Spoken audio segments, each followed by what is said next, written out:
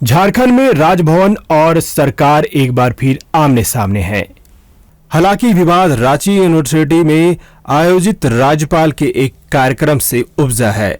इस कार्यक्रम के दौरान सभागार में लगी मुख्यमंत्री हेमंत सोरेन की तस्वीर को उतार दिया गया था। हालांकि झारखंड में राजभवन और राज्य सरकार के बीच खींचतान नई बात नहीं है। राज्य सरकार के कई निर्णय और विधेयकों को वापस लौटाकर राजभवन पहले से ही सरकार के निशाने पर है। पिछले दिनों राज्य के विभिन्न क्षेत्रों में हो रहे राज्यपाल के दौरे पर भी राज्य सरकार की ओर से सवाल खड़ा कर दिया गया था। इसके बाद से राज्यपाल ने ये दौरे बंद कर दिए। इससे पूर्व राज्यपाल रमेश बैस ने जाते जाते सरकार की नई नियुक्ति नियमावली से संबंधित विधेयक लौटा दिया था। उससे भी पहले उन्होंने सरकार द्वारा सदन से पारित कराकर भेजे 1932 के खतियान पर आधारित स्थानीय नीति विधेयक को भी वापस भेजा था। इसके बाद झारखंड सरकार ने राजभवन द्वारा लौटाए गए 3 महत्वपूर्ण विधेयकों को राजभवन को ही वापस लौटा दिया था। ये विधेयक थे 1932 के खतियान आधारित स्थानीय नीति विधेयक, मॉब लिंचिंग विधेयक और सरकारी नौकरियों में आरक्षण बढ़ाने संबंधित विधेयक। विधेयक लौटाते हुए राजभवन को भेजे गए मेमोरेंडम में सरकार ने कहा था कि बिल विधानसभा से पास होने के बाद विधानसभा सचिवालय ने राजभवन को भेजा था, इसलिए राजभवन को भी त्रुटि या मेमोरेंडम विधानसभा को ही भेजा जाना चाहिए। ऐसा पहली बार हुआ था जब राजभवन से लौटाए गए विधेयक को सरकार ने वापस राजभवन को ही लौटा दिया था।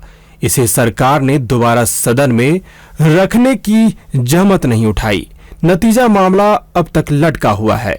साथ ही सरकार ने विज्ञप्ति जारी कर कहा था कि ओबीसी के लिए सरकारी नौकरियों में आरक्षण की सीमा 27% करने संबंधित विधेयक सहित इन तीनों विधेयकों को सरकार फिर विधानसभा के पटल पर रखेगी।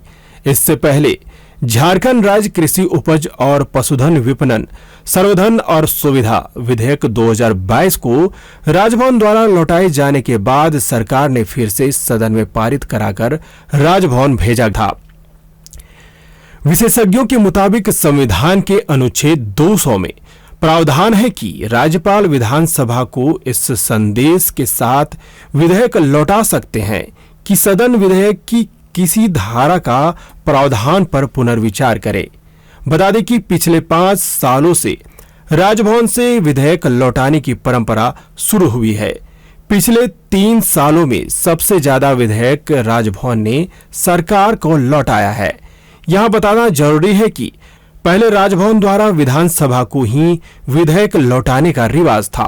साल 2013 में विधानसभा से झारखंड विधानसभा निबंधन विधेयक और 2016 में सीएनटी संशोधन विधेयक एवं एसपीटी अनुबंध अनुपूरक विधेयक पारित हुआ था।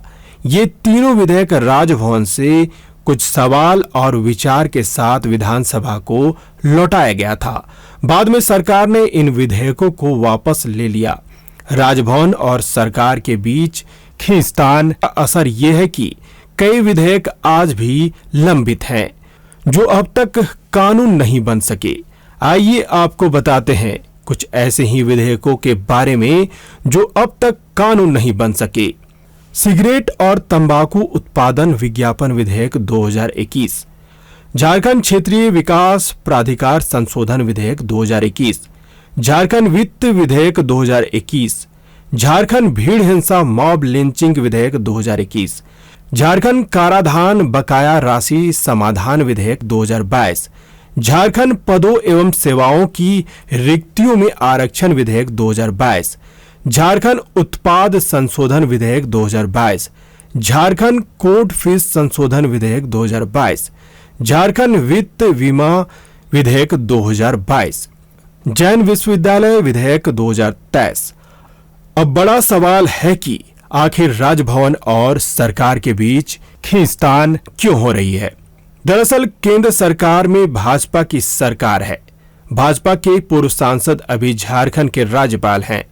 भाजपा इन प्रमुख विधेयकों का प्रत्यक्ष या परोक्ष रूप से विरोध करती रही है। पार्टी चाहती है कि सत्ताधारी दल को इसका क्रेडिट नहीं मिले, इसके लिए बयानबाजी भी करती रही है। वहीं राज्य सरकार और सत्तारूढ़ दल के नेता अपने राजनीतिक लाभ को देखते हुए ऐसे विधेयक पास करा लेती है जो वैधानिक रूप से फुल प्रूफ नहीं रहते हैं। कई विधेयकों में हिंदी और अंग्रेजी की कॉपी में अंतर की बात राजभवन द्वारा कही जाती है। संविधान के अनुच्छेद 348 के अनुसार विधेयक किसी भी भाषा में पारित हो, लेकिन इसे राज्यपाल को भेजे जाने से पूर्व अंग्रेजी की प्रतियां भी राज्य सरकार को भेजनी है। हिंदी और अंग्रेजी की कॉपियों में गलती और अंतर को भी राजभवन आधार बनाता है और राज्य सरकार विधेयक की तकनीकी अड़चन दूर करने के बजाय यह प्रचारित करना चाहती है कि भाजपा से जुड़े राज्यपाल इसे नहीं होने देना चाहते। इस संबंध में राजनीतिक विशेषज्ञों का कहना है कि लौटाए जाने के बाद यदि दोबारा उसी रूप में विधेयक पास हुआ तो राज्यपाल को मानना ही होगा।